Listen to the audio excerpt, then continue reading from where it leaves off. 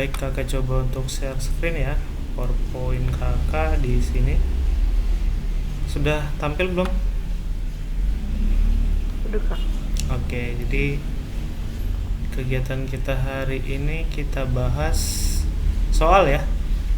Dari beberapa soal yang kakak dapat dan kisi-kisi yang kakak dapat, kakak coba tampilkan yang soal kali ini setidaknya mendekati dari soal ataupun kisi-kisi yang disajikan oleh pihak sekolah. Mana nih tadi ya? Kok masih agak canggung kan? Oke. Mungkin terlihat sama kamu? Udah kelihatan kak. Kelihatan nggak? Nggak kelihatan? Kelihatan kak, kelihatan. Oke, langsung aja kita ke sejarah peminatan di hari ini. Kita mulai dari soal nomor 1 berkaitan dengan imperialisme kuno. Oke, jadi kalau kita ketahui imperialis kuno itu kan titik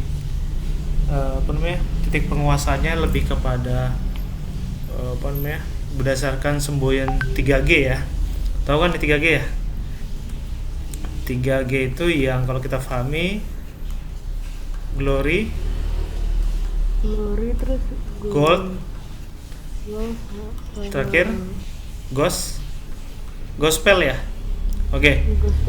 Kalau kita ketahui di sini yang namanya glory itu berkaitan dengan kejayaan, gitu ya. Betul nggak? Oke.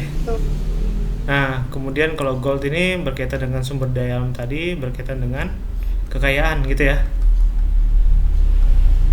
Nah, kemudian kalau gospel ini berkaitan dengan keagamaan, gitu ya. Nah, bagaimana bangsa Eropa umumnya menyebarkan agama Nasrani, gitu ya. Nasrani. Oke. Nah, dari 3G ini yang kemudian dijadikan semboyan untuk menguasai suatu negara, yang ditanyakan berkaitan dengan pernyataan di bawah ini yang tidak benar dari paham yang dikemukakan. Oke. Nah, berkaitan dengan imperialisme kuno, poin pentingnya adalah bagaimana kita ketahui 3G ini mendasari bangsa Eropa untuk bisa memonopoli suatu negara, bahkan menguasai sistem ketenagaraannya ya. Oke, kita lihat yang A. Negara-negara Eropa pada awalnya berupaya saling memonopoli perdagangan. Nah, kira-kira tepat nggak ya untuk jawaban di sini? Negara-negara Eropa pada awalnya berupaya saling memonopoli perdagangan. Ini tidak terlepas daripada kepentingan waktu itu ya. Kita ketahui bangsa Portugis itu datang ke mana? Ke Malaka ya. Malaka, kemudian dia melakukan penguasaan di wilayah Selat Malaka. Nah, kemudian yang mirip-mirip dengan Portugis itu hanya Belanda, gitu ya. Belanda. Nah, di mana Belanda waktu itu datang melalui jalur Banten, gitu ya. Di mana dia memotong alur perjalanan tidak melalui India, melainkan dari Tanjung Harapan di Afrika Selatan langsung ke Selat Sunda atau wilayah Banten yang kita ketahui sekarang ini. Nah, kemudian kita lihat opsional yang B, fokus pada peningkatan ekspor dan impor. Nah, sementara yang kita pahami soalnya adalah tidak benar. Yang tidak benar atau pengecualian gitu ya. Kecuali. Kalau di sini kita lihat di yang A ini kan bagian yang benar ya. Nah, yang kita lihat yang ditanyakan yang berkaitan dengan pengecualian atau tidak benar atau yang bukan gitu ya. Nah, di sini bisa kita pahami jawaban yang B ini bisa kita identifikasi sebagai pengecualian. Gitu ya. Oke, terus kita lihat yang C-nya. Menekankan kepada pihak swasta sebagai pelaku utama dalam kegiatan perekonomian. Nah, ini juga bisa ya, tapi tidak lebih tepat, gitu kan? Nah, kemudian kita lihat lagi yang D, berkembang pada abad ke-15 sampai dengan 17. Ya, betul. berkembang di abad 15 dan 17. Yang E, pada awalnya hanya fokus pada logam mulia. Nah, ini juga benar kalau kita pahami di sini. Di sini yang kita bisa ambil kesimpulan adalah yang B. Karena kita ketahui tentu imperialisme kuno ini berupaya tidak hanya mengeruk kekayaan sumber daya alamnya, tapi yang kalau kita pahami juga bagaimana mereka bisa memonopoli perdagangan dan menguasai ketatanegaraan yang menjadi wilayah jajahannya. Nah, di sini pengecualiannya adalah yang B, fokus pada peningkatan ekspor sebisa mungkin dan mencegah adanya impor. Nah, ini kan di luar daripada imperialisme kuno seperti itu. Oke, kita lanjut ke soal berikutnya. Runtuhnya Konstantinopel tahun 1453. Oke, poin pentingnya di 1453 ya. Merupakan pelajaran penting bagi bangsa Eropa sehingga ditemukannya rute baru dalam mendapatkan rempah-rempah. Nah, arsitek utama ekspedisi Portugis di Asia dan orang Eropa pertama yang memulai kolonialisme Eropa selama bertahun-tahun atas Nusantara yaitu, oke, kita lihat ada 3 tokoh yang disajikan. Yang pertama Dom Henry. Dom Henry ini Henry ya. Dia bukan seorang mualim ataupun seorang siapa namanya? Seorang navigator ya, tapi dia yang memberikan perizinan ataupun persetujuan untuk penjelajahan gitu ya. Nah, kemudian kita lihat ada Raja John kedua. Raja John, ingat di sejarah peminatan ya, di sejarah dunia di masa-masa seperti ini berkaitan dengan Eropa, Raja John itu ada tidak hanya dari Portugis gitu ya. Raja John gitu. Nah, Raja John selain dari Portugis ada Raja John yang lain seperti adanya Raja John dari Perancis gitu ya. Kemudian ada yang juga yang dari Inggris. Ya, hati-hati. Nah, konteks yang dijelaskan di sini berkaitan dengan yang Portugis.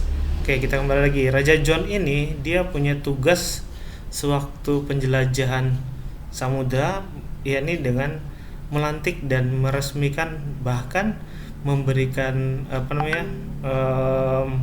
seremonial ketika melepas armadanya gitu ya. Armada yang kita ketahui Raja John ini punya peran penting ketika itu. Dia melepas 12 kapal laut ya, kapal dengan 600 awak kapal ya, 600 awak kapal yang kemudian dibekali untuk bisa melakukan penguasaan di setiap perjalanan. Nah, kita ketahui nih yang namanya Eropa di utara daripada benua Afrika ya, kita anggap seperti ini gambarnya ya. Ini Afrika.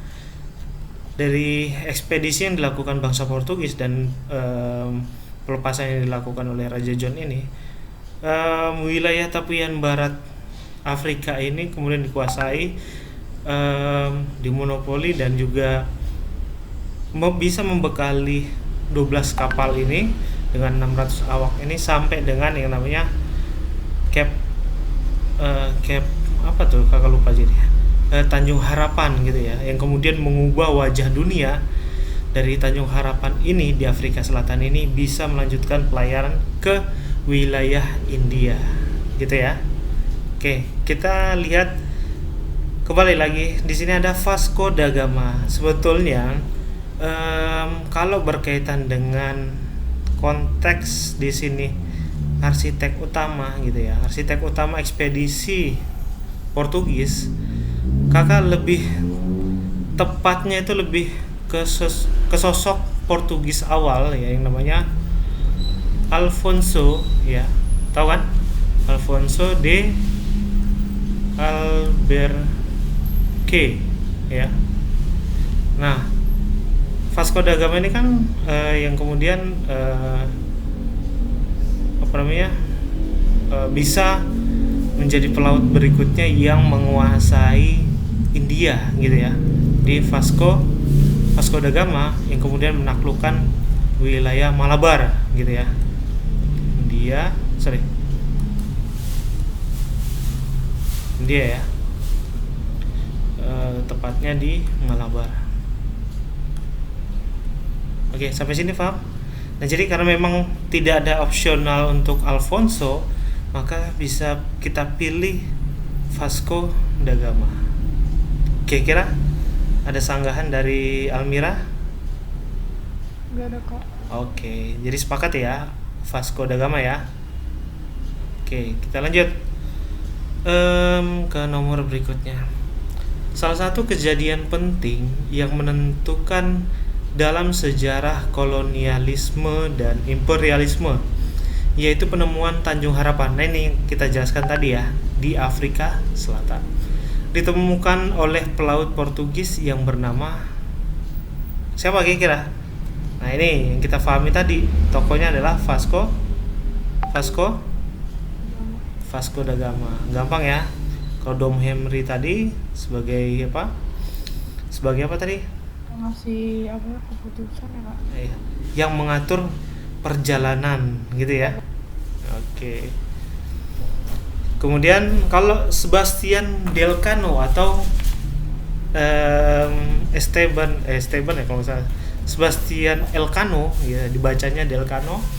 Ini tokoh yang berkaitan erat dengan penjelajahan yang dipimpin oleh siapa? Ferdinand Magellan. Betul? Ferdinand Magellan yang kemudian bisa menaklukkan yang namanya Filipina. Bukan menaklukkan sih ya, tapi menjejakkan kaki di sini. Karena Ferdinand Magellan sendiri dia tewas ataupun gugur ketika mendapat perlawanan dari rakyat Filipina. Nah, Sebastian Delcano ini yang kemudian meneruskan perjalanan ke wilayah Maluku. Tepatnya mana? Tepatnya Tidore, gitu ya. Sampai sini paham? Paham. Oke, kita lanjut lagi.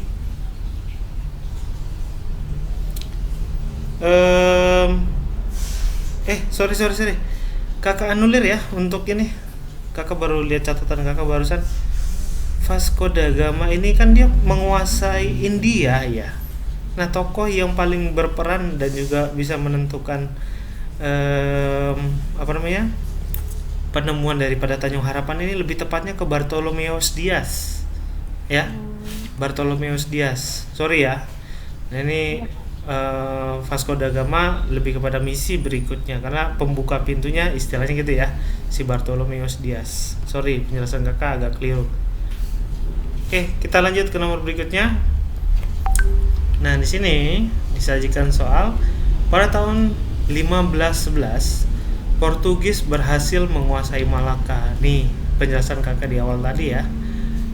Portugis berhasil mendirikan benteng dan mendapatkan hak monopoli perdagangan rempah-rempah karena pada waktu itu Ternate sedang bermusuhan dengan Tidore. Hal tersebut menjadi keuntungan bagi Portugis karena dapat membantu Ternate menghadapi Tidore. Arsitek utama ekspedisi Portugis di Asia dan orang Eropa pertama yang memulai kolonialisme Eropa atas Nusantara. Ini kembali lagi nih. Ini kakak kurang tahu ini soal dari salah satu sekolah gitu ya. Kok tumpang tindih dengan soal yang tadi gitu ya. Nah, ini bisa kita analisis sedikit. Tadi kita seperti yang kakak jelaskan ya, antara Vasco da Gama dan juga Alfonso de Albuquerque gitu ya. Mana nih yang lebih tepat di antara mereka? Kalau kakak kembali lagi ke penjelasan awal, lebih tepatnya adalah Alfonso de Albuquerque gitu ya. Oke, jadi kalau waktu itu kita ketahui nih, kakak sedikit berikan gambaran ya. Kita bilang ini sebuah semenanjung Malaysia ya. Kemudian di sini sampingnya ada Pulau Sumatera ya. Pulau Sumatera ini, kemudian ini Pulau Jawa kita bilang.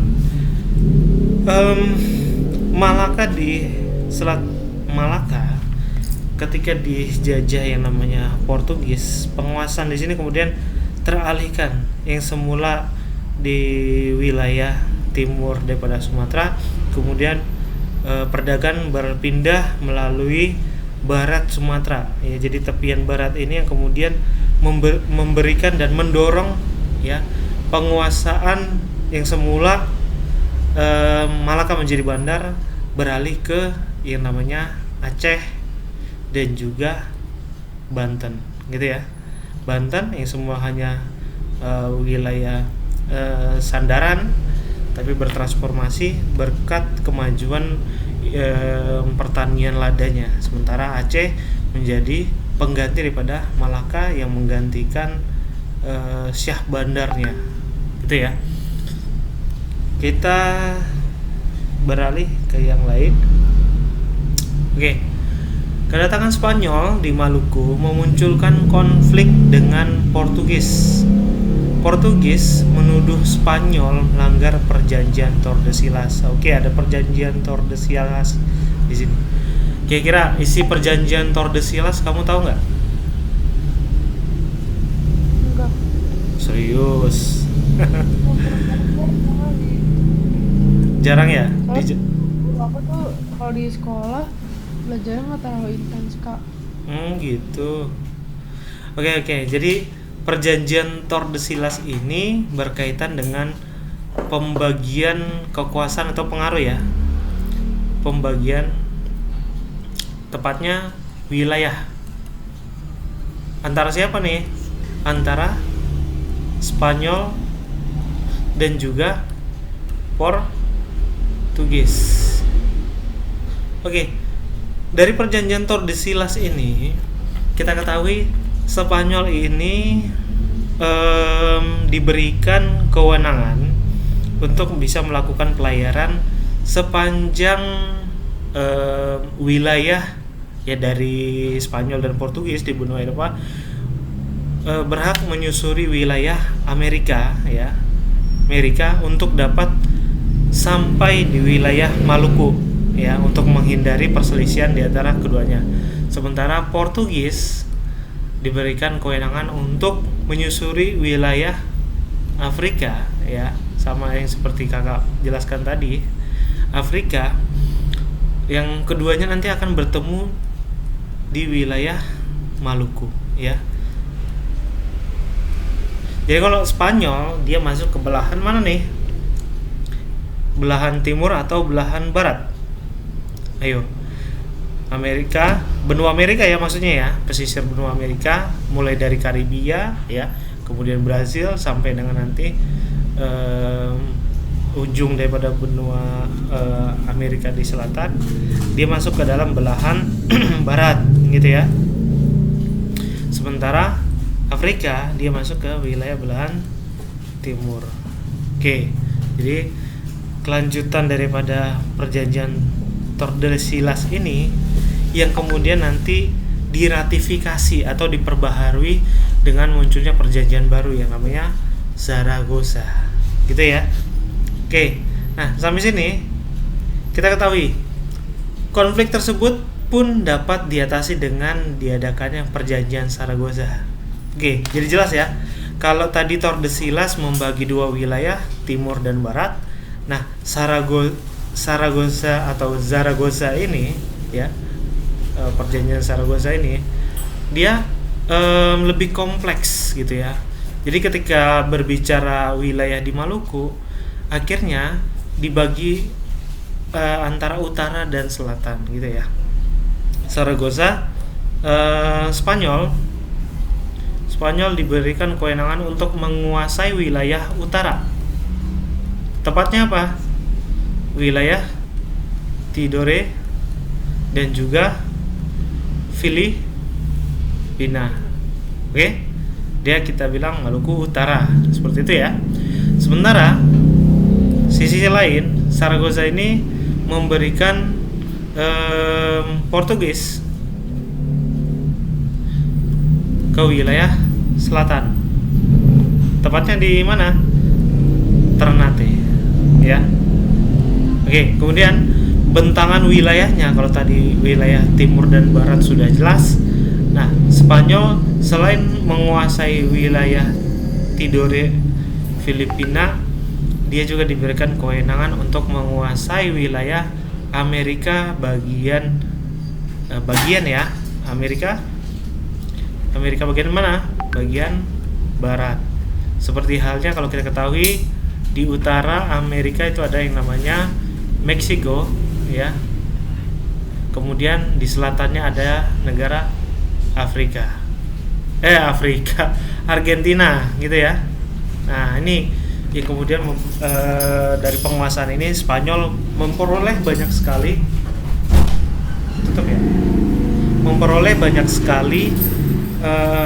wilayah-wilayah yang memiliki potensi kekayaan mineral seperti emas di Meksiko.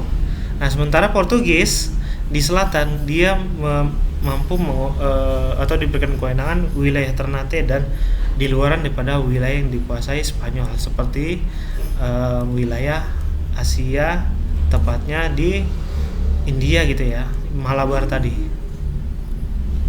Oke, kemudian kita beralih ke soalnya yang ditanyakan perjanjian secara besar.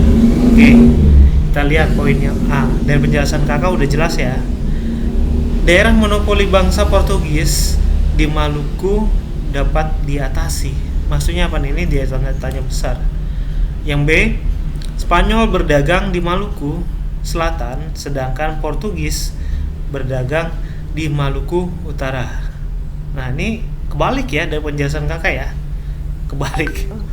Ya, salah kita bilang ya. Spanyol meninggalkan Pulau Maluku.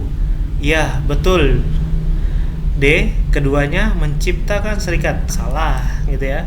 Kemudian yang E, Spanyol hanya diperbolehkan menyebarkan agama. Juga salah. Jadi jawabannya yang benar yang mana? Yang C. Oke, paham ya sampai sini ya. Kita berlanjut ke soal berikutnya, yakni soal yang berbunyi, perhatikan pernyataan berikut. 1. Melaka diduduki oleh Portugis. 2. Aceh terbebas dari penguasaan Portugis. Ketiga, daerah Aceh banyak menghasilkan beras, lada, serta aneka hasil hutan yang dibutuhkan oleh para pedagang. Yang keempat, rute perdagangan Islam beralih dari Selat Malaka ke Selat Sunda. Yang kelima, banyak pedagang Islam yang memindahkan kegiatannya ke bandar-bandar yang ada di Aceh. Pada awal kedudukan Belanda di Indonesia, daerah Aceh menjadi cukup penting. Hal ini dikarenakan oleh beberapa faktor. Oke, jadi kita ralat sedikit berkaitan dengan penguasaan Portugis di sini. Kedudukan Belanda ini dia belum memiliki kedudukan ataupun wilayah yang dapat dijajah waktu kedatangan Portugis ya, penguasaan Portugis di Malaka. Jadi kita ganti atau kita anulir Belandanya dengan Portugis ya. Kemudian coba kita pahami lagi awal kedudukan Portugis gitu ya di Indonesia. Daerah Aceh cukup penting. Hal ini dikarenakan oleh beberapa faktor. Oke. Ya kalau kita pahami dari penjelasan kakak juga sebelumnya, Malaka diduduki oleh Portugis. Ya, betul ya. Kenapa demikian? Karena kita pahami ketika Malaka diduduki oleh Portugis, banyak wilayah lain yang berkembang. Salah satunya adalah wilayah yang kita ketahui namanya Aceh. Ya, di bagian utara daripada Pulau Sumatera yang kemudian menjadi wilayah bandar baru seperti itu ya, wilayah yang kemudian mendorong Aceh menjadi kerajaan yang besar dan bahkan di kemudian hari mampu menyisihkan Portugis dari Malaka. Oke, kemudian daerah Aceh banyak menghasilkan beras, lada, dan aneka hasil hutan yang dibutuhkan oleh pedagang. Ini juga benar, gitu ya. Nah, Oke, kira-kira jawaban yang tepat di antara kelima poin ini yang mana nih kira-kira? Em, tadi yang dua benar ya kak? Salah. Dua, Hmm. benar. Kalau kakak bilang nih semua benar. Tapi kita cari yang lebih tepat ya. Oke, jadi kalau logisnya Malaka diduduki oleh Portugis itu ya betul. Tapi di sini kan konteksnya bagaimana Aceh, Aceh ya, Aceh Jadi cukup. menjadi cukup penting. Berarti kan kita lebih kepada lihat ke sisi improvisasi Aceh ini berkembang dari faktor internalnya gitu kan. Oke, Dua tiga lima bisa. gimana? 35. 235. Oke, kita lihat dulu ya. Dua kan Aceh terbebas dari penguasaan Portugis. Nah, ini kan masih faktor ekstern ya. Malaka diduduki Portugis, faktor ekstern juga. Nah, kalau kakak bilang di sini yang poin lebih sebentar. Kalau dibilang yang keempat ini agak ragu-ragu ya, karena waktu itu tidak hanya pedagang Islam, tapi kita sudah ketahui banyak pedagang dari Eropa dan juga pedagang dari Cina ya, yang sudah melakukan perdagangan di Selat Malaka. Nah, makin bingung dah tuh. Kira-kira poin pentingnya kita bisa lihat di poin kelima gitu ya. Kemudian poin ketiga ya. Kira-kira antara 1 dan 2 mana nih yang lebih tepat? Oke, kakak juga sama sepakat ya. Poin yang lebih tepat adalah poin yang kedua. 2, 3, 5 ada di opsional yang mana nih? Opsional yang E. Gitu ya. Oke. Nah, kita ke nomor berikutnya. Di sini dijelaskan pemerintah Belanda memberikan hak-hak istimewa kepada VOC agar VOC berfungsi layaknya sebuah negara. Hak istimewa tersebut dinamakan juga sebagai hak apa kira-kira? Hak istimewa Dulu tuh hak oktroy. Ya, betul, hak istimewa. Hak privilege itu kan dia hanya terbatas pada penguasaan sektor tertentu ya. Sementara kalau misalnya konsultasi, dia tidak, kalau VOC itu dia tidak akan diberikan VOC ya, dia tidak akan diberikan armada perang gitu ya, atau yang kita ketahui sebagai tentaranya gitu ya. Sementara kan kalau VOC ini poin pentingnya salah satunya apa, di hak oktroy.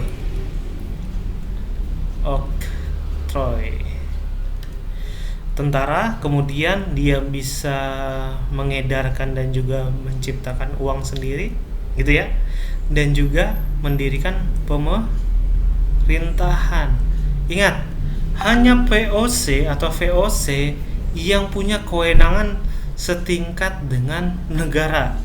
Nah, organisasi lain seperti organisasi bentukan Portugis ataupun Inggris, dia tidak memiliki hak oktroy seperti yang dilakukan oleh pemerintah Belanda. Gitu ya. Oke, paham sampai sini? paham kak. Oke, kita lanjut ke nomor berikutnya ya. Bahas kisi-kisi dari sekolah aku boleh kan? Boleh. Ada nggak? Ada. Aku baru dikirimin tadi sama teman Oke. aku. Nih Waktu itu kok soal udah dibahas. gimana? Iya waktu itu udah dibahas di Meet, tapi gurunya tuh nggak ngirim lagi kak. Oh, gitu. Jadinya aku, Tapi kamu bisa kirim ke kakak dulu nggak? oh oke. Mau kirim Nih, ke Kayo. Oh ya. kalau nggak chat di kontak kakak nih. Kakak di 0813 16 41 3171. Oke. 8 13 1641 ya 3171.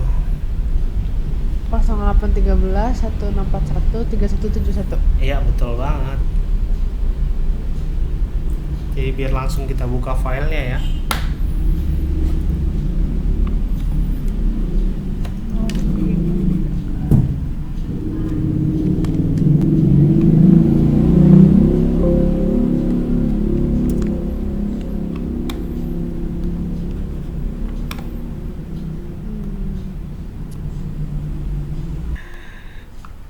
Sebentar, bukannya kita sejarah minat ya? Iya kak, itu guru sejarah minat. Itu materinya buat besok. Ih, nggak jelas banget. Ya udah nih, alternatif dari kakak gini. Besok kamu ujian jam berapa? Jam 8. Sebenarnya dia udah bahas ya waktu itu. Udah bahas ya? Besok hari Kamis ya? Iya jam 8 kak. Duh, pas banget kakak lagi di jalan lagi. Sebentar. Gak apa kak, kayak kalau misalnya itu nanti aku paling sebenarnya aku nggak ngerti tuh apa ya kemarin. Yang aku nggak ngerti udah aku catetin, udah pas dia ngejelasin aku tulis, Apa kira-kira yang nggak kamu udah aku ngerti? jawab. Yang nomor 2 kan itu di soalnya itu kan Hmm. eh mana ya? Jelaskan amandemen Sebentar, tentatif. kakak bikin share screen dulu ya. Mana tadi ya? Muncul? Muncul. Oke. Kakak bikin slideshow-nya dulu. Sebentar, ini agak ribet sih. Ini kisi-kisinya belum kakak pisahin. Jelaskan alasan nih. Poin mana coba yang kamu kurang pahamin? Yang bagian Ini mah PKN asli, sumpah. kan dia bilang jelaskan alasan beberapa amandemen tidak pernah terjadi perubahan. Itu dia yang nomor satu aku udah ada jawabannya sih. Hmm. Kan dia bilang kata guru aku gini, karena udah ada di Pancasila terus udah nggak bisa jadi prasasti sehingga nggak bisa diubah kata dia kayak gitu. Lah, kok ngarang bebas banget jawabannya? Iya kata dia kalau misalnya mau diubah itu harus ada orang-orangnya lagi kata dia kayak gitu kak. Ih serius dah nih orang ngawur banget ngejelasinnya. Oke, ini kakak jelasin sedikit ya. Jadi kalau kakak juga waktu ngajar di Sudirman masih ngajar PKN ya, tapi nggak kayak gitu penjelasannya. Oke. Jadi dibilang amandemen ya. Amandemen itu sendiri kan punya fungsi untuk menginventaris ya. Jadi kalau kita dibilang sini inventaris, apa yang diinventaris undang-undang itu sendiri. Nah kita ketahui yang dipermasalahkan berkaitan dengan undang-undang waktu itu adalah undang-undang dasar kita ya, undang-undang dasar 45. Nah undang-undang dasar 45 kan kita pahami sebagai suatu modifikasi ya, ketika BPUPKI mempersiapkan negara kita untuk menjadi negara yang merdeka, salah satunya dengan pedoman ketatanegaraannya gitu ya. Nah di undang-undang sini kan sempat berubah undang-undang 45 itu ketika ketika RIS dengan adanya undang-undang apa waktu itu, ayo. Hmm, kalau itu udah itu RF undang-undang. Ayo, undang-undang apa? Pokoknya intinya waktu itu ada undang-undang yang berkaitan dengan status undang-undang ini sebagai suatu hal yang darurat gitu ya. Nah, perubahan di Oh, sini apa? UUD ya kak, Apa? perubahan UUD. Ya, perubahan UUD. Nah, kita ketahui kan di sini undang-undang di sini ingin merubah tatanan ataupun ingin berubah isi daripada undang-undang dasar itu sendiri ya. Tapi kita ketahui ternyata tidak berkesesuaian baik dari RIS itu sendiri ataupun undang-undang yang dipersiapkan. Maka amandemen ataupun batang tubuh dikembalikan kepada Undang-Undang Dasar 1945. Gitu kan? Nah, ini kalau dengan penjelasan guru kamu kayak gitu bisa kacau nih negara. Oke, lanjut ya. Nah, di sini em, sampai mana nih poin? Gimana? Sila pertama Pancasila dan kehidupan sehari-hari kalian sebagai seorang pelajar minimal 5. Atau ketuhanan yang maha esa kan ya. Sebutkan pengamalan sila pertama ya, Pancasila dalam kehidupan sehari-hari sebagai seorang pelajar minimal 5. Oke, di sini Yang pertama tidak membeda-bedakan antara umat agama. Ya nggak sih Kak? Lebih tepatnya ke ini sih, bukan membeda-bedakan ya bahasanya ya, lebih kepada Toleransi ya beragama. memahami kondisi sosial dan juga apa kakak bilang ya, kalau pengamalan sila pertama itu bisa menghargai sesama umat beragama gitu kan, ya nggak, menghargai Umat beragama. ya sesama umat beragama gitu ya, beragama. Terus poin lainnya ya kan, eh, sila pertama itu kan apa tadi punya, Pancasila, satu ketuhanan yang maha esa. Nah, ketuhanan yang maha esa ini tidak membeda-bedakan ataupun tidak membanding-bandingkan Dia derajat. meninggal agama masing-masing. Ya betul.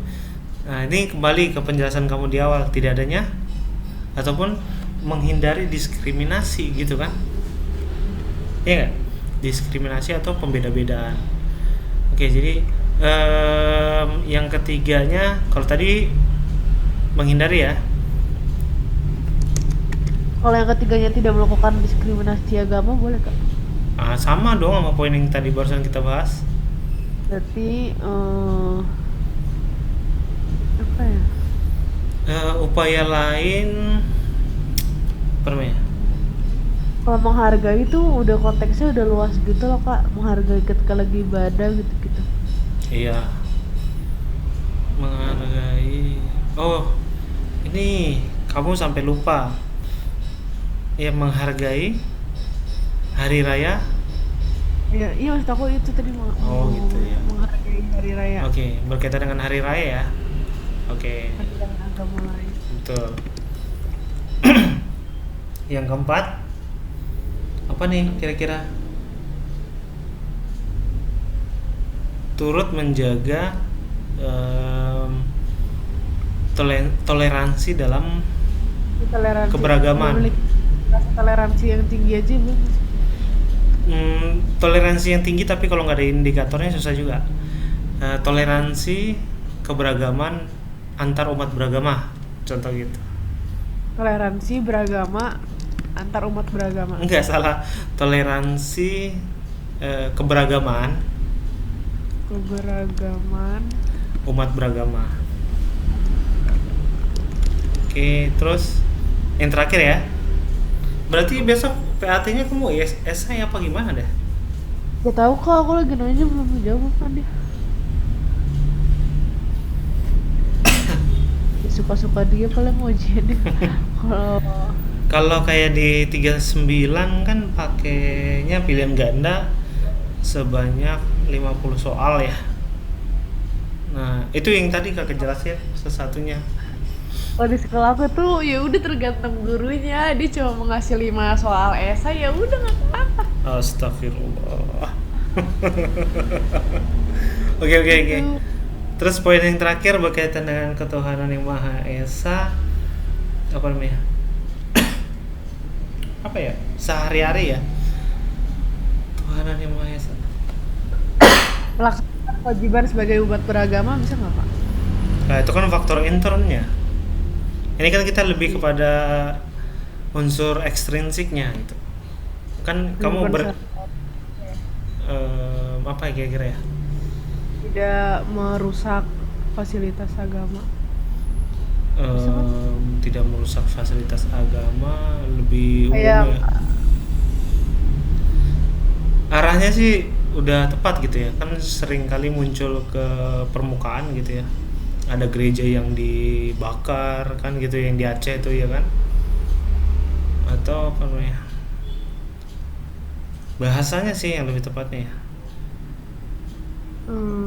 tidak merusak fasilitas antar umat beragama. Apa ya? Kan biasanya dia yang suka ngerusakin apa gitu.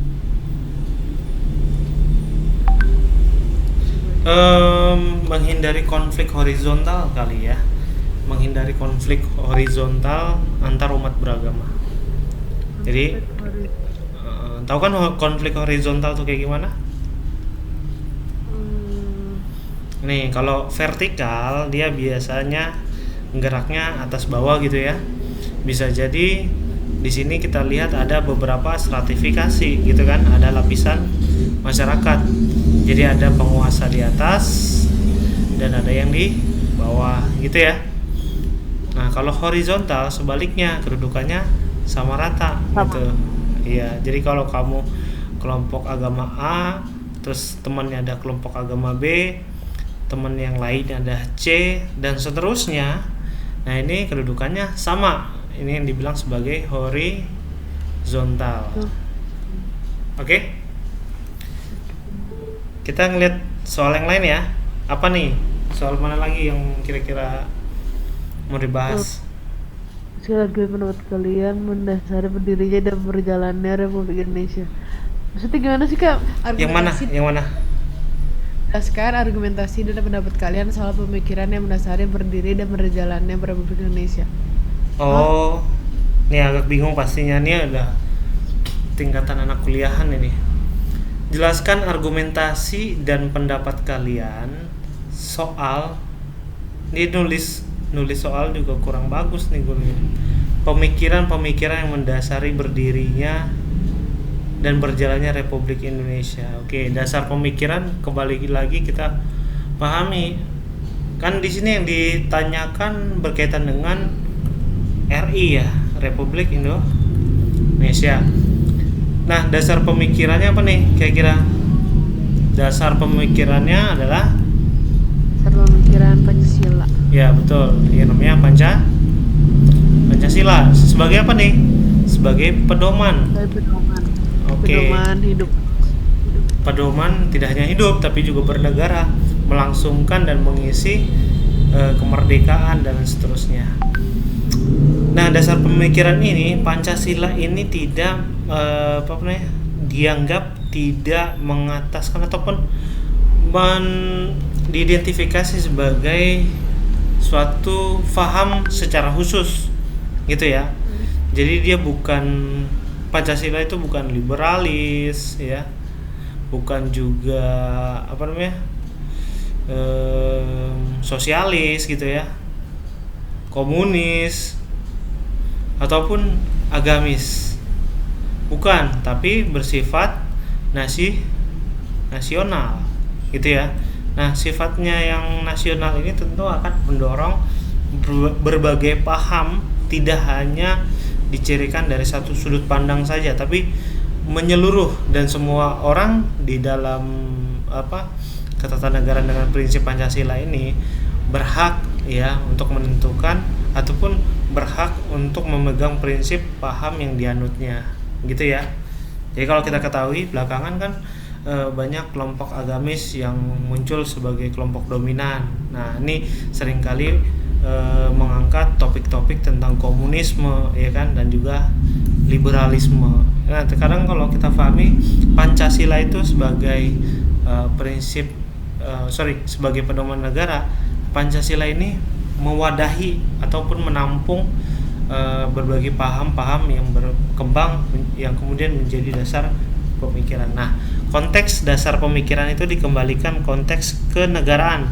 Jadi bagaimana prinsip nasionalisme mengedepankan semua aspek dan rakyat memegang kedaulatan sepenuhnya.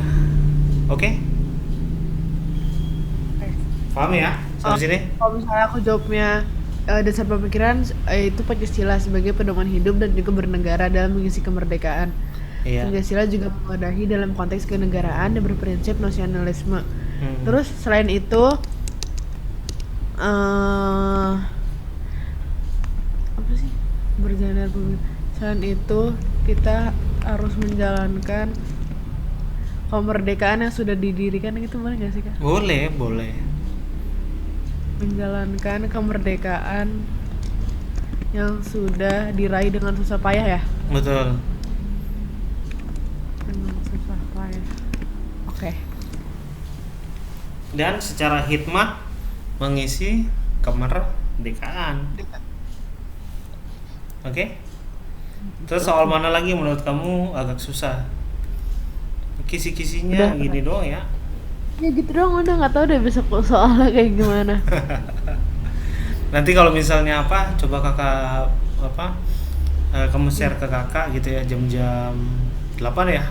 Nanti kakak coba Sampai usahain. setengah 10 kok kak, paling ntar aku kerjain dulu kalau emang udah bentak baru aku tanya. Siap. Jadi nggak ada lagi nih yang mau kamu tanyain, kayak kira. Gak ada sih, kalau yang nomor yang selanjutnya udah Paham lah aku. ya. Oke. Jadi kalau misalnya yang kakak siapin tadi nggak perlu kita bahas lagi gitu ya. Ya, karena besok yang keluar ini. Nah, betul. Biar nggak terlalu melebar kemana-mana. Ya sudah. Kalau kayak gitu. Nanti kalau misalnya mau tanya-tanya di kontak kakak itu ya di save aja. Jadi kalau Ya, misalnya apa namanya, kak mau tanya dong ini boleh seperti itu. Nah ya sebisa kak. mungkin nanti kakak coba bantu jawab. Terkecuali kakak lagi di perjalanan itu ya agak susah kalau di perjalanan. Oke, Ya. kita sudahi. Kamu muslim kan ya? Muslim nggak? Soalnya tadi kan kita bahasanya yang apa, nasionalis. Oke, kita sudahi dengan lafaz hamdalah. Billahi taufiq wal hidayah. Wassalamualaikum warahmatullahi wabarakatuh. Kasih kak. Yuk sama-sama.